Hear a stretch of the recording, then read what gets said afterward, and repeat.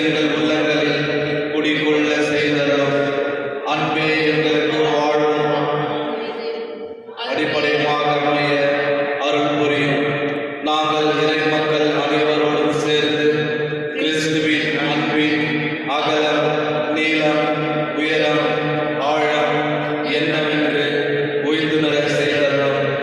அறிவு கடந்த இந்த அன்பினால் நாங்களும் நிரப்பப்பட்டு முழு நிறைவடைய அருள் புரிவீராக. ஆமென். நம் விருப்பங்களை அறிந்து நிறைவேற்றும் இறைவனுக்கு கிறிஸ்து வழியாக புகழும் மகிமையும் என்றென்றும் எல்லா தலைமுறையிலும் ஒலிப்பதாக. ஆமென். ஜெபிப்போமாக. அன்பு இறைவா, எங்கள் பாவங்களுக்காக காயப்பட்ட உம் திருமகனின் இதயத்தின் வழியாக உம் அன்பை பொழிய திருவுளம் கொண்டீரே. அதே அன்பை என் வாழ்க்கையை வெளிப்படுத்தி உம்மை மகிமைப்படுத்த அருள் புரியுமாறு உம் திருமகன் இயேசு கிறிஸ்து வழியாக உம்மை மன்றாடுகிறோம். ஆமென். அனைவரும் மனதாரர்கள். நவநாள் ஜெபம். கேளுங்கள் கொடுக்கப்படும், தேடுங்கள் கண்டடைவீர்கள், தட்டுங்கள் திறக்கப்படும் என்று திருவாய் மலர்ந்த இயேசுவே, உம் வார்த்தையை நம்பி உயிருள்ள விசுவாசத்தோடு உம் திருப்பாதத்தை வணங்கி பணிவோடு மன்றாடும் எங்கள் வேண்டுதல்களை அவரவர்கள் சொந்த கருத்துக்களை திரு இறுதி ஆண்டவரிடம் சமர்ப்பிப்போம்.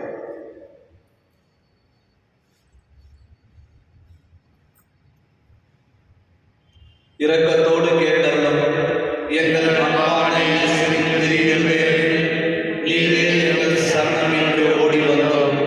இக்கட்ட நேரங்களில் நீரே எங்கள் துணை, துன்ப துயரத்தில் நீரே எங்கள் ஆறுதல், சோதனை வேளையில் நீரே எங்கள் அரண். நாங்கள் விரும்பிய மன்றாட்டுகளை எப்படியும் தருவீர் என்று நம்பியிருக்கிறோம். ஆயினும் உன் விருப்பத்தின்படி ஆகட்டும். இந்த விண்ணப்பங்கள் நிறைவேறாவிடும் மனமுடைந்து விடாமல் உம்மை வாழ்த்தி வணங்கி போற்றி புகழ்ந்து ஒருபோதும் பின்வாங்காமல் என்றும் உன் திருச்சித்தத்திற்கு அழைக்க எங்களுக்கு அருள் புரியுமாறு உம்மை மன்றாடுகிறோம். ஆமென். திருப்பலியின் கருத்து. ஓ இயேசுவின் திருச்சிலுவையே, நாங்கள் ஒப்புக்கொள்கிறோம். இந்த அதிஉன்னத திருப்பலி வழியாக பிதாவோடும் பரிசுத்த ஆவியோடும் ஒன்றாக உம்மை ஆராதிக்கின்றோம். உமக்கு நன்றி கூறுகின்றோம். எங்கள் பாவங்களுக்கு தகுதியாக இப்பலியை உங்கள் கையில் அர்ப்பணித்து எங்கள் பணிவான விண்ணப்பங்களை நாங்கள் பெற்று மகிழ அருள் புரியும்.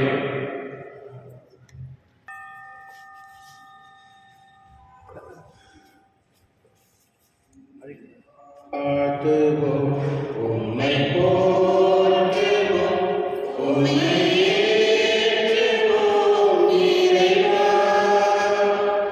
உம்மை ஏற்றுவோம் இறைவா. உம்மை வாழ்த்துவோம், உம்மை போற்றுவோம், உம்மை ஏற்றுவோம் இறைவா. உம்மை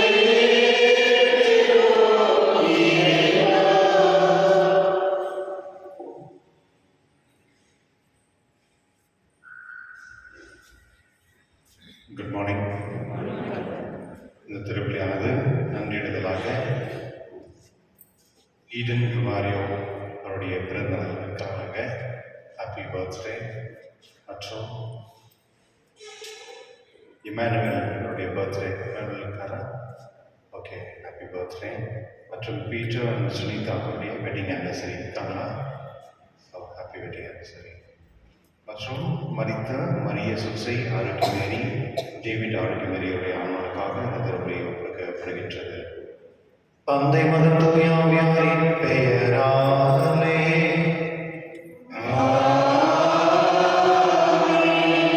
நம் ஆண்டவராகிய இயேசு கிறிஸ்துவின் அருளும் கடவுளின் அன்பும் தூய ஆவியாரின் நட்புறவும் உங்கள் அனைவரோடும் இருப்பதாக.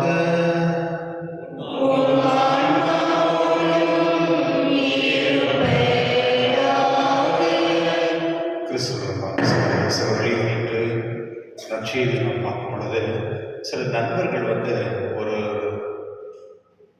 குணமாக்க வேண்டும் என்பதற்காக ஆண்டவர் இயேசு கொண்டு வருகிறார்கள். நண்பர்கள் தான் அவர் கொண்டு வருகிறார்கள். அவருடைய விசுவாசத்தை பார்த்து ஆண்டவரும் அவரை மன்னித்து குணமாக்கி அனுப்புகின்றார். கிறிஸ்துவர்களே, நம்ம எப்பொழுதெல்லாம் மற்றவர்களுக்காக நம்ம ஜெபிக்கும் பொழுது, எப்பொழுதெல்லாம் நம்ம மற்றவர்களுக்காக தியாகம் செய்யும் பொழுது கடவுள் அதை ஏற்றுக்கொண்டு அதை ஆசீர்வதிப்பார். கடவுளுக்கு ரொம்ப விருப்பமானது நண்பர்கள் தான்.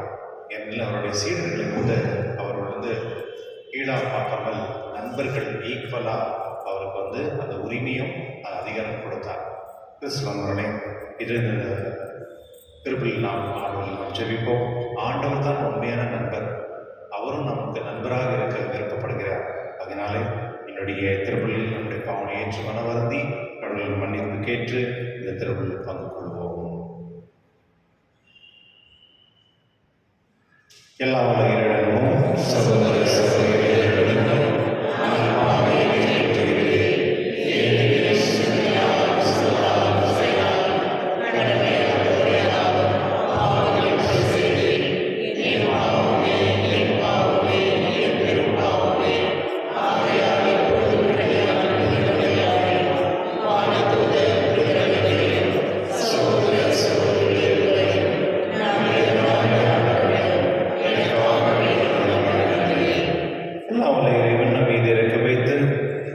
நம் பாவனை மன்னித்து நம்ம நிலை வாழ்வுக்கு அழைத்து செல்வராக.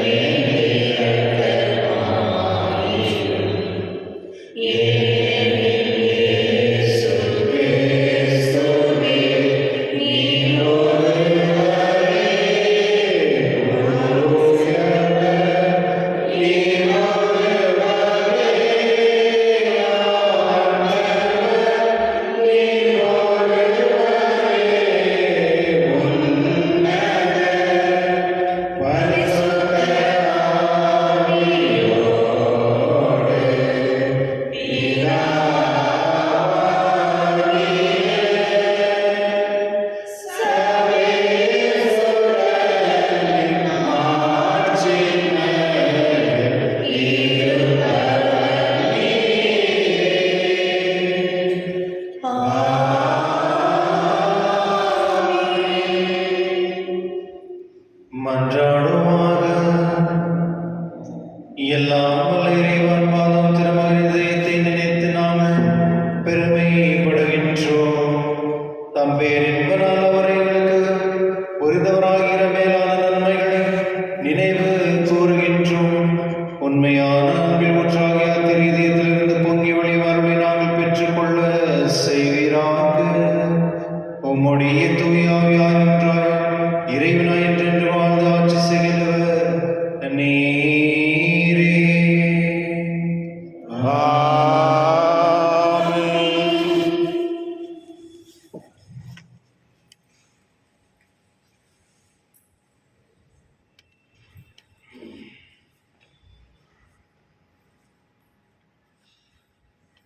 சாமுவேல் முதல் நூலிலிருந்து வாசகம்.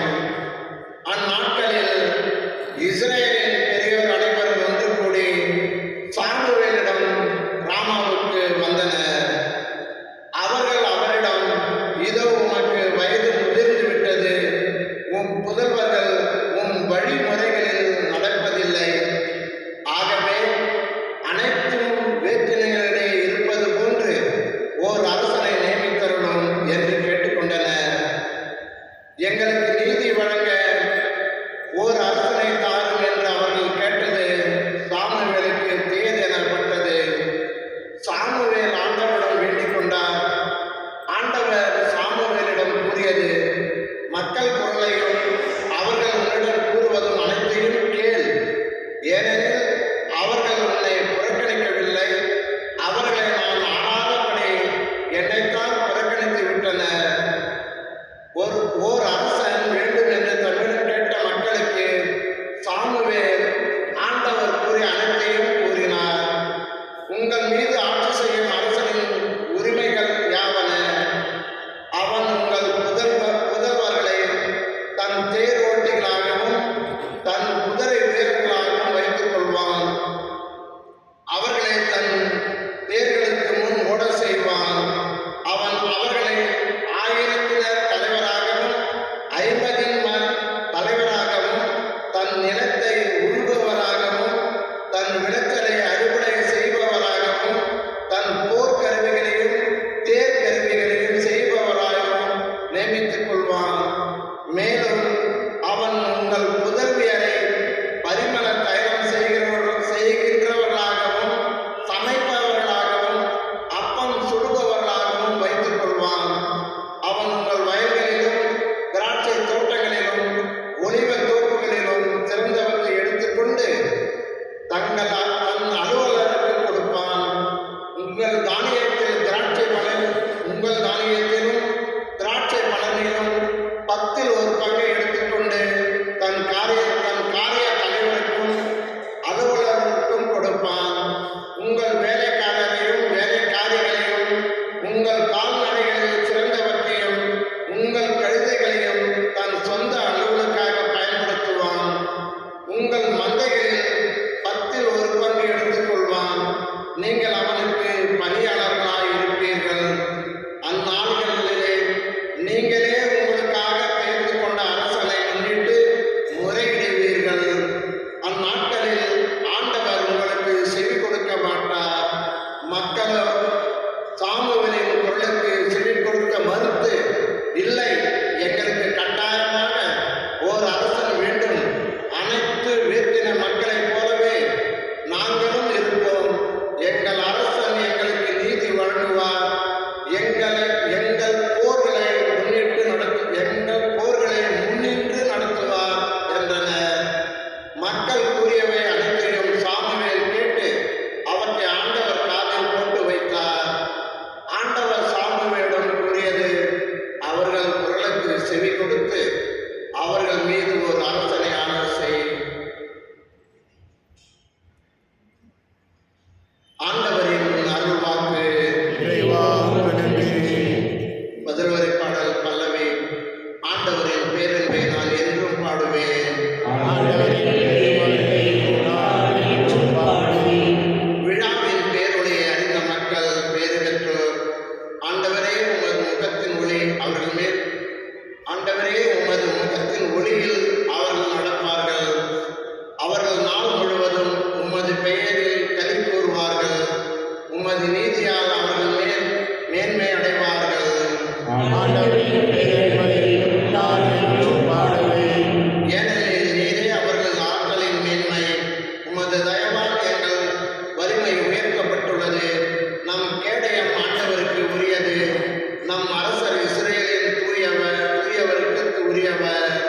ஆண்டவரின் பெருமை நான் என்றும் பாடுவேன். அனைவரும் எழுந்து நிற்போம். அல்லேலூயா அல்லேலூயா அல்லேலூயா அல்லேலூயா அல்லேலூயா அல்லேலூயா அல்லேலூயா அல்லேலூயா. உம்மிடையே பிடியை போக்கின ஒருவர் தோன்றியிருக்கின்றார். கடவுள் தம் மக்களை தேடி வந்திருக்கின்றார். அல்லேலூயா அல்லேலூயா அல்லேலூயா அல்லேலூயா. ஆண்டவர்களோடு இருப்பாராக.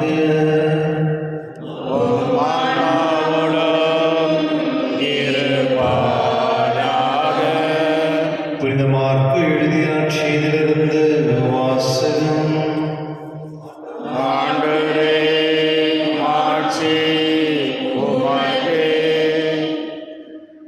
இயேசு மீண்டும் கப்பர்நகூமுக்கு சென்றார்.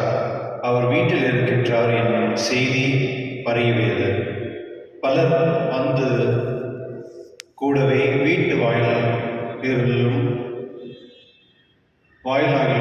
இடமில்லாமல் போயிற்று. அவர் அவர்களுக்கு இறை வார்த்தையை எடுத்துரைத்துக் கொண்டிருந்தார். அப்பொழுது முடக்கவாதமுற்ற ஒருவரை 4 சுமந்து அவரிடம் கொண்டு வந்தனர். மக்கள் திரண்டிருந்த காரணத்தால் அவரை இயேசுவுக்கு முன் கொண்டு வர இயலவில்லை. எனவே அவர் இருந்த இடத்திற்கு மேலே வீட்டு கூரையை உடைத்து திருப்பு உண்ணாக்கி முடக்கவாதரை படுக்கையோடு கீழே இறக்கினார். இயேசு அவர்களுடைய நம்பிக்கையை கண்டு முடக்கவாத மற்றவரிடம், மகனே, உன் பாவங்கள் மன்னிக்கப்பட்டன என்றார். அங்கு அமர்ந்திருந்த மறைநூல் அறிஞர் சிலர், இவன் ஏன் இப்படி பேசுகிறான்? இவன் கடவுளை அழைக்கிறான். கடவுள் ஒருவரே அன்றி பாவங்களை மன்னிக்கையாரால் இயலும் என உள்ளத்தில் எண்ணிக்கொண்டிருந்தனர். உடனே அவர்கள் தமக்குள்ள இவ்வாறு எண்ணுவதை இயேசு தம்முள் உணர்ந்து அவர்களை நோக்கி, உங்கள் உள்ளங்களில் இவ்வாறு எண்ணுவது ஏன்? முடக்கவாதமற்ற இவரிடம் உன் பாவங்கள் மன்னிக்கப்பட்டன என்பதா, எழுந்து ஒரு படுக்கை எடுத்து கொண்டு நட என்பதா? எது எளிது? மண்ணுலகில் பாவங்களை மன்னிக்க மானிட மகனுக்கு அதிகாரம் உண்டு என்பதை நீங்கள் அறிந்து கொள்ள வேண்டும் என்றார். எனவே அவர் முடக்கவாதமற்றவரை நோக்கி, நான் உனக்கு சொல்கிறேன், நீ எழுந்து உன்னுடைய படுக்கையை எடுத்துக்கொண்டு உனது வீட்டுக்கு போ என்றார். அவரும் எழுந்து உடனே தம்முடைய படுக்கையை எடுத்துக்கொண்டு எல்லாரும் காண வெளியே சென்றார். இதனால் அனைவரும் மலைத்து போய், இதை போல நாம் எப்பொழுதும் ஒருபோதும் காணவில்லையே என்று கூறி கடவுளை போற்றி புகழ்ந்தனர். ஆண்டவரின் அருள்வாக்கு. கிறிஸ்துவே உமக்கு புகழ். கிறிஸ்துவ சகோதர சகோதரிகளே, இன்று செயின்ட் ஜோசப் வாஸ் அப்படின்ற ஒரு புனிதருடைய ஒரு திருவிழா. அவர் கோவாவில் பிறந்து வந்தவர்கள். இவர் ஜெசுவிட்ஸ் சேச சபைக்கு சேர்ந்தவர். இவர் ஸ்ரீலங்காவுக்கு அங்கே அனுப்பி வைத்தார்கள். அங்கே போன பிறகு அங்கே விசேஷமாக இந்த டச் இந்த கம்யூனிட்டி என்ன பண்ணுறதாங்க, இதெல்லாம் கத்தோலிக்க திருச்சபையில் இருக்காங்க, அவங்களெல்லாம் ப்ராட்டஸ்டன்ட்டை பண்ணுறதாங்க. அந்த சமயத்தில் இவர் அங்கே போய் அங்கே கத்தோலிக்க திருச்சபையில் விட்டு போனாங்களே, அவங்களெல்லாம் போயிட்டு பேசி அவங்கள சரி பண்ணி ஆல்மோஸ்ட் 70,000 ஜனங்களை மீட்டு கொண்டு வந்தார் அப்படின்னு அவருடைய வரலாறு சொல்கிறது. இதை பார்த்து அவங்க இருக்க லோக்கல் அவரை கொஞ்சம் அரெஸ்ட் கூட பண்ணியிருந்தாங்க அப்படின்னு சொல்கிறாங்க.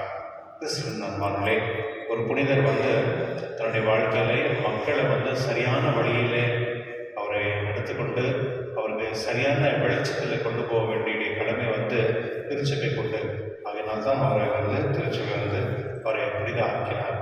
கிறிஸ்துவர்களே, சில நேரத்தில் நம்முடைய நிறைய நம்ம கத்தோலிக்க திருச்சபையில் இருக்கோம் கூட நிறைய பேர் புரியாமல் அறியாமல் அந்த சர்ச் பண்ணாமல், நம்ம எந்த ஒரு விஷயம் பண்ணாலும் சர்ச் பண்ணணும், தேடணும்.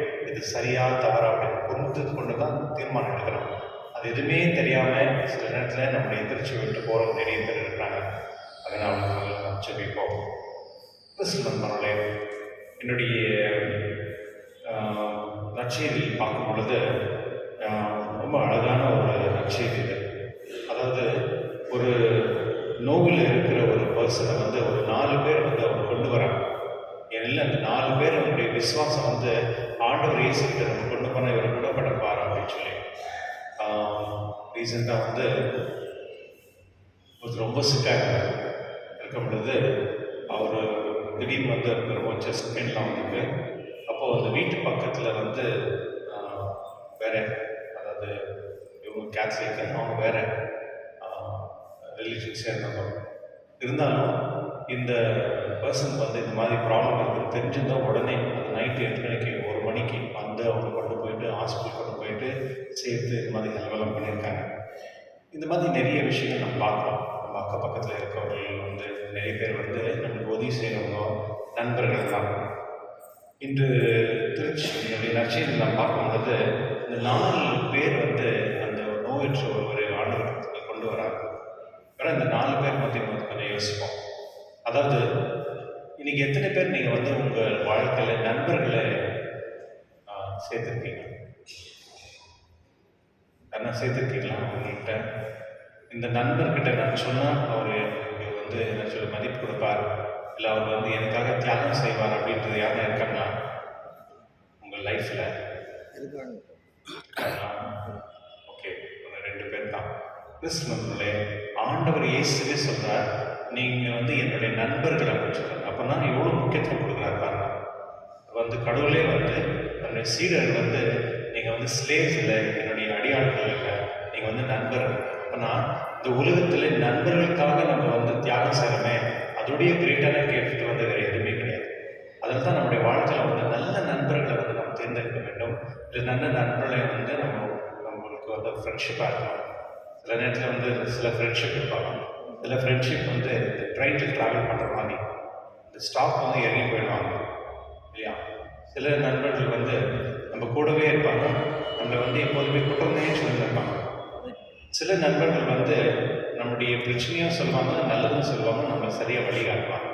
அதனால நம்முடைய வாழ்க்கையில் எப்பொழுதுமே நண்பர்களை வந்து என்ன சொல்றது ஏர்ன் பண்ணணும் அப்படின்வாங்க. அந்த மாதிரி யாருக்காவது உங்களுக்கு நண்பர்கள் இருக்கிறாங்க அப்படின்னா அது ஒரு பெரிய ஆசீர்வாதம். ஆனால் உண்மையாகவே நம்மளுக்கு வந்து ஒரு நியூட்ரல் ஜென்ரல் நண்பர் யாருன்னா ஆண்டவர் இயேசு தான். நம்மளுக்கு வந்து கடவுள்கிட்ட நம்ம போய் என்ன சொன்னாலும் எது செஞ்சாலும் நம்ம புரிஞ்சுக்கிற ஒரே ஆள் வந்து அது ஆண்டவர் இயேசு தான். அதனால தான் அவர் வந்து நம்மளுக்கு நண்பராக இருக்கணும்னு விருப்பப்படுகிறார். 2வது விஷயம் வந்து ஆண்டவர் இயேசு அந்த பர்சன் கொண்டு வந்து அவர் வந்து ரொம்ப க்ரௌடடாக இருக்கிறதுனால அந்த மேலே இருக்கிற அந்த வீட்டுடைய கூரையை பிரித்து அவங்க விடுறாங்க. என்ன மாதிரி விசுவாசம் பார்க்கல. இப்போது யோசிப்பாங்க, இப்போ இந்த பில்டிங்கெல்லாம் பிரிக்க முடியாது, எல்லாம் ஹோல்டிங்லாம் போட்டுக்கிறாங்க. ஓகே, அந்த காலத்தில் வந்து எல்லாம் வந்து அந்த இது போட்டிருக்காங்க, அது கூரை மாதிரி போட்டு எல்லாம் பண்ணியிருக்காங்க. கிறிஸ்துவர்களே, ஒரு அந்த நண்பர்களுடைய பாருங்களேன் இவ்வளோ ஒரு அது நம்ம யோசிக்க பொழுதே நம்மளுக்கே ஒரு மாதிரி இந்த மாதிரி நண்பர்கள் அப்படின்னு. அதாவது வேலை அவர் இருக்கிற வழி வெயிட் பண்ணி அவரை கூப்பிட்டு கொஞ்சம் என்ன சொல்லி மெசேஜ் அனுப்பிச்சு அவர்கிட்ட கேட்டு இந்த மாதிரி ரொம்ப சிக்காக நம்ம ஹெல்ப் பண்ணல அப்படின்னு சொல்லியிருக்கலாம். ஆனால் ஒரு கூரையை பிரித்து அவர் வந்து உள்ள இருக்கிறாங்க அப்படின்னா என்ன மாதிரி அந்த விசுவாசம் அவர்களுக்கு இருப்பாங்க. அப்போது கடவுள் வந்து 2 விஷயம் செய்கிறாங்க. நீங்கள் பாருங்கள், எங்கே வேணாலும் ஆண்டவர் இயேசு வந்து யாருன்னா குணமாக்கணும் அப்படின்னு கேட்டால் குணமாக்குறாங்க. முந்தானேத்து ஹாஸ்பிட்டல் நம்ம பார்க்குறோம். ஒருத்தர் வந்து கேட்குறாரு, உங்களுக்கு விருப்பம் இருந்தால் இல்லை குணமாக்கும் அப்படின்னாரு. நான் குணமாக்குறேன் அப்படின்னாரு. ஆனால் இன்று இந்த 4 பேர் செஞ்ச உதவிக்கு அவர்களுடைய விசுவாசத்துக்கு அவர் எக்ஸ்ட்ரா போகிறார். என்ன எக்ஸ்ட்ரானா, 1 குணமாக்குறாரு, 2வது வந்து உன்னுடைய பாவங்கள் மன்னிக்கப்பட்டதுன்னு சொல்கிறார். அதுதான் டர்னிங் பாயிண்ட். அதாவது குணமாக்கிட்டு அமைச்சுட்டு இருந்திருக்கலாம், ஆனால் அப்படி செய்யல. அவர் எப்படி குணமாக்குறார்? அவருடைய ஆன்மாவையும் குணமாக்குறார் முழுமையாக. ஒரு மனிதன் வந்து ஒரு புனிதமான வாழ்க்கையை தொடர்ந்து போகிறதுக்கு, அது இன்னொரு வாழ்க்கையை தொடர்றதுக்கு ஆண்டவர் அவரை சரிப்படுத்துகிறார். இதுதான் ஒரு விசுவாசத்தில் இருப்பவர்கள் இன்னொரு விசுவாசத்தை பர்சனை வந்து நம்ம கடவுளுக்கு கொண்டு வர பொழுது கடவுளுக்கு தான் செய்கிறாங்க. உங்களுக்கு தெரியுமா, யாராவது வந்து மற்ற இனத்தினர்கள் யாராவது ஞானஸ்தானம் பெறாருன்னு வச்சுக்கோங்களேன், அவங்க வந்து 20 வருஷம் இருக்கலாம், 40 வருஷம், 50, 60 வருஷம், 80 வயசு கூட இருக்கலாம். அவங்க அந்த திருமலுக்கு வாங்கும் பொழுது அவங்களுடைய கம்ப்ளீட்டான பாவங்கள் வந்து மன்னிக்கப்படுது. அவங்க வந்து ஒரு புது மனிதராக வந்து ஒரு பிறந்த ஒரு குழந்தை போல தான் அவங்க வந்து இந்த உலகத்துக்கு வராங்க. அவங்க என்ன பாவம் இருந்தாலும், அவங்க வந்து மர்டரே பண்ணியிருந்தால் கூட அவங்களுக்கு வந்து கம்ப்ளீட்டாக அவங்க பாவம் மன்னிக்கப்படுகிறது. கிறிஸ்துவங்களே, ஆகையினால்தான் கத்தோலிக்க திருச்சபையில் இருக்கவங்களுக்கு வந்து மற்றவங்களுக்கு போயிட்டு இந்த நற்செய்தியை சொல்லுவாங்க. வந்து கடவுளுடைய ஆசீர்வாதம் பெற்றவங்க, ஞானஸ்தானம் பெற்றவங்க, அந்த மாதிரி நிறைய பேர் இப்போ நிறைய மேரேஜ் நடக்கும் பொழுது சில வீட்டில் டிமாண்ட் பண்ணுவாங்க, பொண்ணும் பையனும் வந்து நீங்கள் கிறிஸ்டியனான மட்டும் தான் நான் வந்து மேரேஜ் கொடுப்பேன் அப்படின்னு சொல்லுவாங்க. அது பெற்றவங்க செய்கிறாங்க சில விதத்தில். அது சில ஒரு விதத்தில் ஒரு வரதட்சணை மாதிரி தான், அந்த ஃபோர்ஸ் பண்ணுற மாதிரி. பட் இருந்தாலும் அந்த நோக்கம் என்ன அப்படின்னா, அந்த மனிதர் வந்து அதாவது ஆண்டவரை ஏற்றுக்கொண்டு முழுமையான ஆசீர்வாதம் பெற்று நீயும் மோட்சத்துக்கு போகணுன்றது தான் அதோடைய பொருள். இப்போ அதை மறந்துட்டு இருப்பாங்க. அப்போ வேறு வழியில் நிறைய ரிலேட்டிவ் ஃபேமிலிஸ் எல்லாம் இருக்கிறதுனால யாருன்னா எதாவது சொல்லுவாங்க, அதனால நம்ம கிறிஸ்டியன் பண்ணோம் அப்படின்னு அப்படி தான் நினச்சின்னு இருப்பாங்க. ஆனால் உண்மையான பொருள் என்ன அப்படின்னா, ஒரு மனிதன் வந்து இன்னும் வேற ஆண்டவரை இயேசுவை ஏற்றுக்கொள்ளாத இருப்பவர்கள் ஏற்றுக்கொண்டு ஞானஸ்தானம் பெறும் பொழுது அவர்கள் நிச்சயமாக மோட்சத்துக்கு போவாங்க. அதுதான் பொருள். அதனால்தான் நம்ம வந்து நிறைய முறை நம்ம வந்து மற்றவங்களுக்கு, அதாவது பசங்க யாராவது மேரேஜ் இல்லை வந்து பொண்ணோ பையனோ விரும்பிட்டாங்களோ அந்த இனத்தில் இருக்கிறவங்களுக்கு வந்து நம்ம ஏற்றுக்கொண்டு அவர்கள் வந்து நம்மளுக்கு விசுவாசத்தை கொடுத்து அவர்களையும் மோட்சத்துக்கு போகணும் அப்படின்னு நம்ம முயற்சி செய்கிறோம். இப்போ சில பேர் வந்து அவங்க எப்படின்னா இருக்க அவங்களுடைய விருப்பம் விட்டுறாங்க. ஏன்னா அவங்களுக்கே விசுவாசம் இல்லை. அவங்களுடைய விசுவாசம் இல்லாத தான் இந்த மாதிரி செய்வாங்க. கிறிஸ்துவர்களே, இதை பார்த்து அந்த அவர் வந்து அந்த மன்னிக்கிறார்ல, உன்னுடைய பாவங்களை மன்னிக்கப்பட்டதுன்னு சொல்லும் பொழுது அங்கே இருக்கிற ஒரு கும்பல் மறைநூல் அறிஞரும் சிலர் இவர் எப்படி வந்து கடவுளை அந்த பாவங்களை மன்னிக்கலாம், கடவுள் மட்டும் தானே மன்னிக்க முடியும் அப்படின்ற மனசுன்னு நினைக்கிறோம். இப்போ நீங்களும் மனசில் எதுனா நினச்சின்னு இருப்பீங்க, அது என்னால் தெரியாது, நீங்கள் என்ன மனசில் இருக்கிறீங்க. ஆனால் கடவுள் தெரியும். கடவுள் அதை புரிந்து கொண்டு அவர் சொல்கிறார், உங்கள் மனசில் நீங்கள் என்ன எப்படி நினைக்கிறீங்க. கடவுள் வந்து இறை மகனுக்கு வந்து அந்த அதிகாரம் கொடுத்திருக்கார் பாவங்களை மன்னிக்கிறதுக்கு அப்படின்னு அவர் நற்செய்தியில் சொல்கிறார். மண்ணுலகில் பாவங்களை மன்னிக்க மானிட மகனுக்கு அதிகாரம் உண்டு என்பதை நீங்கள் அறிந்து கொள்ள வேண்டும் அப்படின்னு சொல்கிறார். அதனால்தான் நம்ம ஆண்டவர் இயேசுகிட்ட போயிட்டு மன்னிப்பு நம்ம கேட்கிறோம். அதே ஆண்டவர் இயேசு தான் வந்து திருச்சபையில் இருக்கிறவர்களுக்கு அந்த காலத்தில் அப்போஸ்தலருக்கு வந்து அந்த அதிகாரம் கொடுக்குறார். நான் உனக்கு அதிகாரம் கொடுக்குறேன், யாருடைய பாவங்களை நீ மன்னிக்கிறார்களோ அவருடைய பாவங்கள் மன்னிக்கப்படுகிறது. அந்த அதிகாரம் வந்து ஆண்டவர் இயேசு சீடர்களுக்கும் குருக்கள் கொடுக்குறாங்க. கிறிஸ்துவங்களை பாருங்க எப்படி இந்த பவர் ஆஃப் டிஸ்ட்ரிபியூஷன். கடவுள் வந்து ஆண்டவர் இயேசுக்கு கொடுத்துருக்காரு, நீ யாரை வேணாலும் நீ மன்னிக்கலாம் அப்படின்ற ஒரு அந்த பவர் வந்து இறைமகன் கொடுத்துருக்காரு. இறைமகன் வந்து தன்னுடைய அப்போஸ்தலர்களுக்கு வந்து அந்த அதிகாரம் கொடுத்து, நீங்கள் யாரை பாவங்களை மன்னிக்கிறீர்களோ அவருடைய பாவங்களை மன்னிக்கப்படும் அப்படின்னு. அதை வந்து அப்போஸ்தலர், அதாவது ஹோலி ஃபாதர், அவருக்கு வந்து பிஷப்ஸுங்களை வந்து பிளஸ் பண்ணி அனுப்புவாங்க. பிஷப் அந்த அதிகாரம், நீ யாரை பாவங்களை மன்னிக்கிறியோ அவருடைய பாவங்களை மன்னிக்கப்படுறது. பிஷப் வந்து குருக்களை வந்து ஆர்டினேஷன் பண்ணும் பொழுது அவங்களுக்கு அந்த அதிகாரம் கொடுக்குறாங்க, நீங்கள் யாருடைய பாவங்களை மன்னிக்கிறீங்களோ அவருடைய பாவங்களை மன்னிக்கிறாங்க. அப்போது பாருங்களேன், கடவுளில் வந்து போப்பாண்டவருக்கு, போப்பாண்டவர் பிஷப்பு, பிஷப் ப்ரீஸ்ட், எப்படி வந்து இந்த பவர் டிஸ்ட்ரிபியூஷன், அதாவது கடவுள்கிட்ட இருந்த ஒரு அருள் பிரசாதம் வந்து ஆசீர்வாதம் வந்து கடவுள் எப்படி வந்து பகிர்ந்து கொடுக்குறாரு பாருங்க. அப்போ மக்களாகிய நீங்கள் வந்து உங்களுக்கு வந்து பாவ மன்னிப்பு வந்து கடவுள் தான் கொடுக்குறாரு. அதாவது நீங்கள் வந்து ஃபாதர்கிட்ட நான் போய் மன்னிப்பு கேட்குறேன் அப்படி இல்லை, கடவுள்கிட்ட தான் நீங்கள் கேட்குறீங்க. கடவுள் எந்த ஒரு குருவர் நான் உங்களை மன்னிப்புக்கிறேன் அப்படின்னு சொல்ல மாட்டாங்க, கடவுளுடைய பெயரால் மன்னிக்கப்பட்டீங்க அப்படின்னு தான் சொல்லுறாரு. கிறிஸ்துவர்களே, எப்பொழுதுமே நம்ம வந்து மற்றவர்களுக்காக நம்ம வாழும் பொழுது அது ஒரு பெரிய ஆசீர்வாதம். அதனால் என்னுடைய திருப்பலியில் இது இயேசு திரியத்தில் நாம் மன்றாடுவோம். இறைவன், நான் எப்பொழுதுமே மற்றவர்களுக்காக கொஞ்சம் சாக்ரிஃபைஸ் பண்ணுறதுக்கு எனக்கு அந்த ஞானமும் புத்தியும் அறிவும் தந்து எனக்கு மட்டும்தான் நான் வாழணும் அப்படின்னு இல்லாமல் மற்றவர்களுக்காக வாழ வேண்டும் அப்படின்ற ஒரு தன்மை தன்னுடைய திருவள்ளில் மன்றாடுவோம். எழுந்திருப்போம்.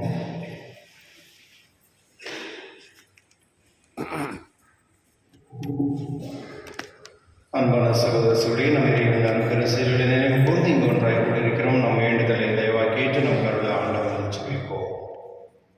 உங்கள் பதிலுரை. ஆண்டவரே, நம் மன்றாட்டை கேட்டருளும். ஆண்டவரே எங்கள் மன்றாட்டை கேட்டருளும். எங்கள் பரிசுத்த தந்தை 14ஆம் லியோ பேராயர்கள், குருக்கள், கன்னியர், வேத பணியில் ஈடுபடும் இல்லத்தோர் அனைவரும் இயேசுவின் சாட்சிகளாய் திகழவும் இறையரசை பரப்ப அயராத ஆர்வமுடன் உழைக்க வேண்டும் என்று இறைவா மன்றாடுகின்றோம். ஆண்டவரே எங்கள் மன்றாட்டை கேட்டருளும். திரு எழுதிய படங்களை இல்லங்களில் நெறி வழிபடும் இல்லங்களை ஆசீர்வதித்தருளும். அந்த இல்லங்களில் வசிப்போர் இயேசுவின் திருரத்தின் சிறப்பான ஆசிரியை பெற்று துயரமின்றி விசுவாசம், ஜெபம், தன்னலமற்ற அன்பு ஆகியவைகளின் தலை சிறந்த எடுத்துக்காட்டுகளாய் விளங்க வேண்டும் என்று இறைவா மன்றாடுகின்றோம். ஆண்டவரே எங்கள் மன்றாட்டை கேட்டருளும். மனவேதனையாலும் உடல் நோயாலும் அவதிப்படும் அனைவரையும் நினைவு கூறுகின்றோம்.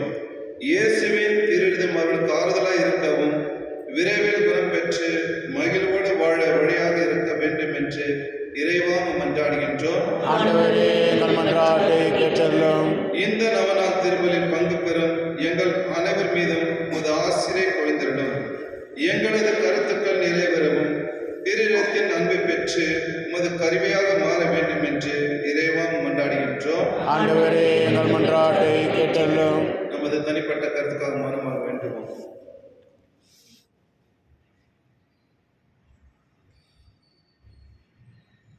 இரக்கமுள்ள இறைவா, உம்மை மன்றாடும் திருச்சபை ஜெபங்கள் உமக்கு உதாவரை மிக்க செய்தருளும். எங்கள் தகுதியில் நம்பிக்கை கொள்ளாமல் உமது இரக்கத்தை மட்டுமே முன்னிட்டு நாங்கள் கேட்பதை தந்தருள வேண்டும் என்று எங்கள் ஆண்டவராக இயேசு கிறிஸ்துவின் உம்மை மன்றாடுகின்றோம். ஆமென்.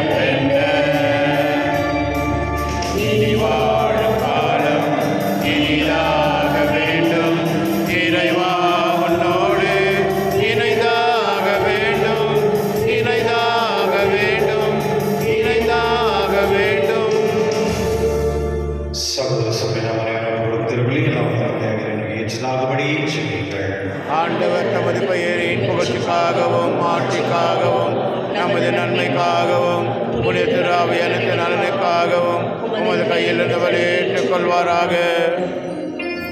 பேரில் மிக்க தந்தையின் மானம் திருமகனுடைய இதயத்தை சொல்லக்கூடிய அன்பை நீர் கண்ணோக்கியருளும்.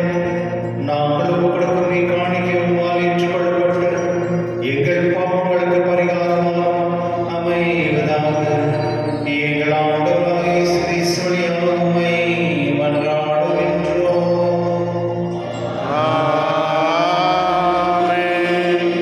ஆண்டவர் உங்களோடு இருப்பாராக.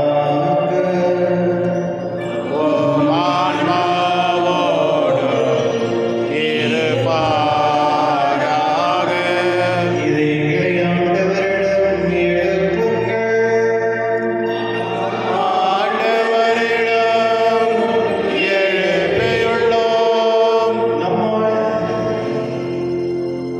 நம் இறைவனாகிய ஆண்டவருக்கு நன்றி கூறுவோம்.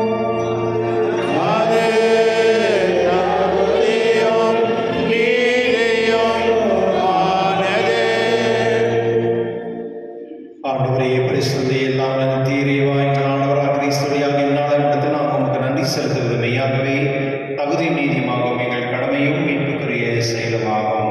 வியப்புக்குரிய அன்பினால் கிறிஸ்து சிலுவையில் உயர்த்தப்பட்டு தம்மையே எமக்காக கையளித்தார்.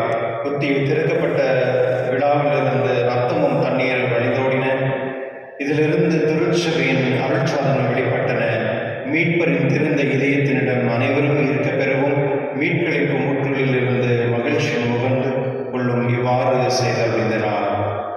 ஆகவே தூதராதி தூதரும் அரியண சொல்வோர் ஆட்சிக்குள் மற்றும் வானசேனைகள் என அனைவரோடும் சேர்ந்து நாம் நமது மகிமை புகழ்ந்து பாடி முடிவின்றி சொல்வதாவது: தூயவர் தூயவர் தூயவர் வான்படைகளின் கடவுளாம் ஆண்டவர், விண்ணகமும் மண்டகமும் உமது மாட்சியால் நிறைந்துள்ளன. உன்னதங்களிலே ஓசானா.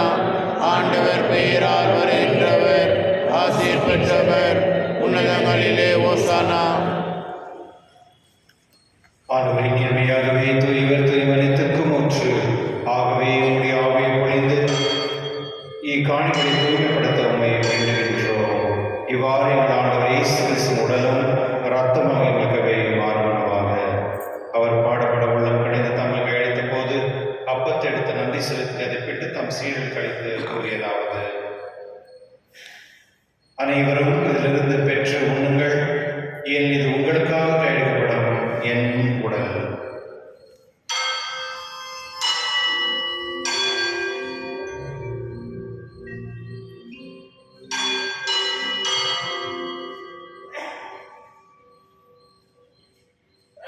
அவனமே இருவரது அருந்தை பின் கிண்ணத்தை விடுத்து மீண்டும் உமக்கு நன்றி கூறி தம் சீரில் கழித்தவர் கூறியதாவது: அனைவரும் இதிலிருந்து பெற்று பெறும் பருகுகள், ஏன் இது புதிய நிலையான உடன்படிக்கைக்கு உரிய ரத்தத்தின் கிண்ணம். இது பாவ மன்னிப்புக்கென்று உங்களுக்காக பலருக்காகவும் சிந்தப்படும். இதை நினைவாக செய்யுங்கள்.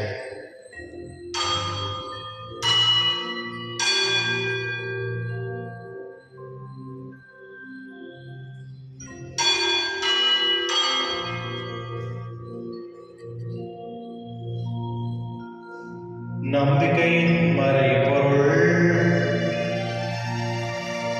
ஆண்டவரே, நீர் வருமளவும் உமது இறப்பினை அறிக்கையிடுகின்றோம். உமது உயிர்ப்பினையும்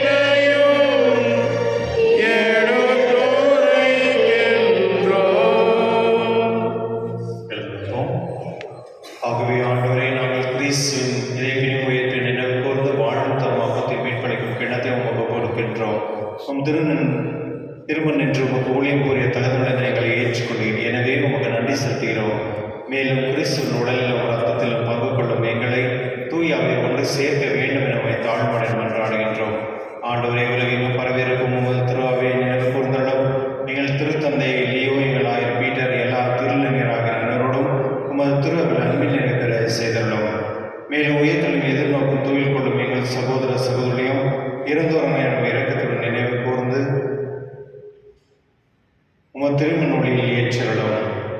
எங்கள் அனைவர் மீதும் இரக்கமாயிரும். கடவுள் கண்ணித்தான புனிததான் மரியா, அவருடைய கணவரான யோசேப், புனித திருத்தூதர்கள், இவ்வுலகில் உமக்கு இருந்தவராகிய புனித அனைவரோடும் நாங்கள் நிலை வாழ்வில் பங்கு கொள்ளும் தகுதி பெற்று திருமகன் இயேசு கிறிஸ்து வழியாக உம்மை புகழ்ந்தேதும் வரவல்ல உம்மை மன்றாடுகின்றோம்.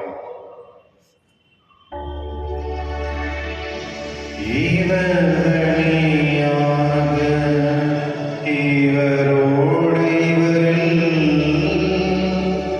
எல்லா இறைவனாகிய தந்தையே,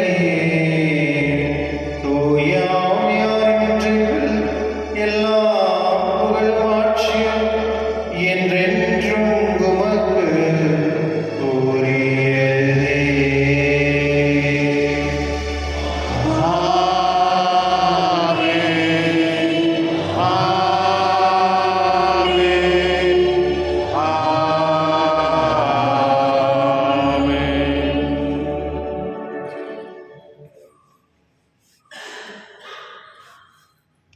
மீட்பரின் கட்டளையால் கற்பிக்கப்பட்ட இறைப்படிப்பினர் பயிற்சி பெற்று நாம் தொடர்ந்து செல்வோம். விண்ணோருக்கு எங்கள் தந்தையே, உமது பெயர் தூயதென போற்று வருக. உமது ஆட்சி வருக. உமது திருவுளம் விண்ணுலகில் நிறைவேறுவது போல மண்ணுலகிலும் நிறைவேறுக. எங்கள் அன்றாட உணவை இன்று எங்களுக்கு தாரும். எங்களுக்கு எதிராக குற்றம் செய்வோரை நாங்கள் மன்னிப்பது போல எங்கள் குற்றங்களை மன்னியும். எங்களை சோதனைக்கு உட்படுத்தாதேயும், தீமையிலிருந்து எங்களை விடுவித்தள்ளும். ஆண்டவரே, தீமையிலிருந்து எங்களை விடுவித்து எங்கள் வாழ்நாளின் அமைதியும் கனிநலனும் கொண்டாடுகின்றோம். உமது இரக்கத்தின் உதவியால் நாங்கள் பாவத்திலிருந்து எப்பொழுது விடுதலை பெற்று யாதொரு கலக்கமின்றி நலமாயிருப்போமாக. நாங்கள் எதிர்நோக்கியிருக்கும் பேரின்பத்துக்காக மீட்பராக இயேசு கிறிஸ்து வருகைக்காக காத்திருக்கின்றோம். ஏனெனில் ஆட்சியும் வல்லமையும் ஆட்சியும் என்றென்றும் உமது. ஆண்டவர் இயேசு கிறிஸ்துவின் அமைதி உங்களுக்கு விட்டு செல்கிறேன், என் அமைதி உங்களுக்கு அளிக்கின்றேன் என்று உங்கள் திருத்தொழில் மொழிந்தீரே. எங்கள் பாவனை பாராமல் உமது திருவையில் நம்பிக்கை கண்ணோக்கி உங்கள் திருவுள்ளத்திற்கு ஏற்ப அதற்கு அமைதி முற்றுமை அளித்திருக்கிறாங்க. என்றென்று வாழ்ந்து ஆட்சி செய்கின்றவர் நீரே. ஆமென். ஆண்டவருடைய அமைதி உங்களோடும் என்றும் இருப்பதாக. உமான்மாவோடும் இருப்பதாக. ஒருவருக்கொருவர் அமைதியை பகிர்ந்து கொள்வோம்.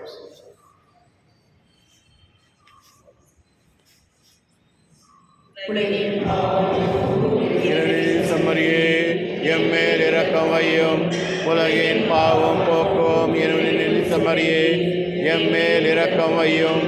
உலகின் பாவம் போக்கும் இறைவனின் செம்மறியே, எமக்கு அமைதி அருளும்.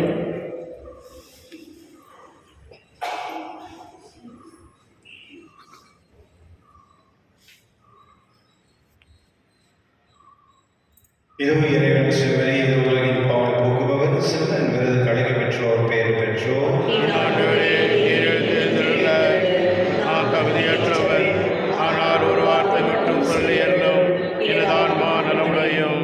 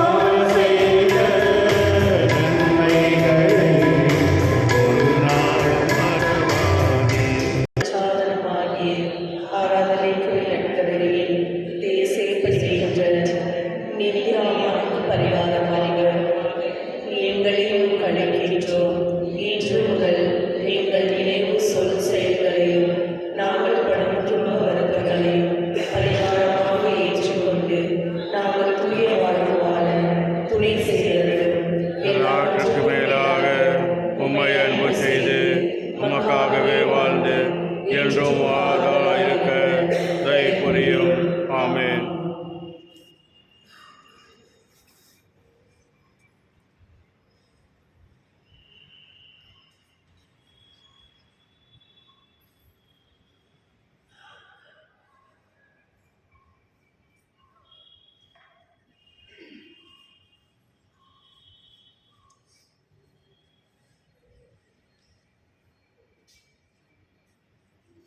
மன்றாடுவோமாக.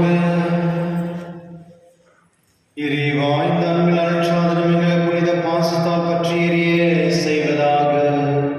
இவ்வாறு நாங்கள் திருமகனிடம் என்றும் இருக்க பெற்று எங்கள் சகோதர சகோதரத்தில் அவரை காண கற்றுக்கொள்வோமாக. எங்கள் ஆண்டவராகிய இயேசு கிறிஸ்து வழியாக உம்மை மன்றாடுகின்றோம். ஆமென். நோயாளிகளுக்காக வசனத்தில் ஜெபிப்போமாக. ஆண்டவரே, உடனாய் வருந்த உமது ஊழியரை பாரும். நீர் உண்டாக்கிய ஆன்மாவுக்கு ஆறுதல் தாரும். நாங்கள் துன்பங்களால் தூய்மை அடைந்து உமது இரக்கத்தினால் வரவில் குணப்படி ஆள் புரிவீராக. எங்கள் ஆண்டவராக இயேசு கிறிஸ்துவின் பெயரால். ஆமென். ஆண்டவர்களோடு இருப்பாராக. உம் ஆன்மாவோடும் இருப்பாராக. ஆண்டவராகிய இயேசு கிறிஸ்து உங்களை பாதுகாக்க உங்கள் நடுவிலும் உங்களை காப்பாற்ற உங்களுக்குள்ளும் உங்களுக்கு வழிகாட்ட உங்களுக்கு முன்னும் உங்களுக்கு காவலாக இருக்க உங்களுக்கு பின்னும் உங்களை ஆசீர்வதிக்க உங்கள் மேலும் இருப்பாராக. ஆமென். எல்லாம் வல்ல இறைவன் தந்தை மகன் தூய ஆவியார் அனைவரையும் ஆசீர்வதிப்பாராக.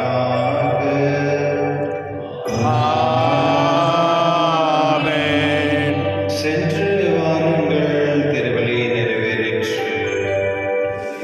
இறைவனுக்கு நன்றி. உங்களுக்கு நன்றி. சொல்லி கிறிஸ்தவர்களே, என்னுடைய வர ஞாயிற்றுக்கிழமை ஒரே திருவலி மட்டும் தான் இருக்கும் 9 மணிக்கு. அது பங்கன் திருவிழா. அதாவது வருஷத்தில் ஒரு நாள் இந்த எல்லாம் பங்களிப்பு அனைத்து மக்களுக்கும் சேர்ந்து ஒரே திருவலி இருக்கும். அந்த திருவலி ஆன பிறகு நிறைய ஸ்போர்ட்ஸ் கேம்ஸு, அவங்க நிறைய இந்த மியூசிக்கல் கான்சர்ட், அதாவது நீங்கள்லாம் உண்மையிலே நல்ல ஒரு என்ஜாய் பண்ணுவீங்க. ப்ளஸ் அந்த அன்பியத்தில் இருக்கிறவங்க எல்லாம் ஒன்றா சேர்ந்து ஒரு இன்ட்ராக்ட் பண்ணுறதுக்கு அவங்களுக்கு ரொம்ப ஒரு நல்ல ஆப்பர்ச்சுனிட்டி. அதனால 9 மணிக்கு தான் திருவலி. அது மனதில் வைத்துக்கொள்ளும்படி கேட்டுக்கொள்கின்றேன்.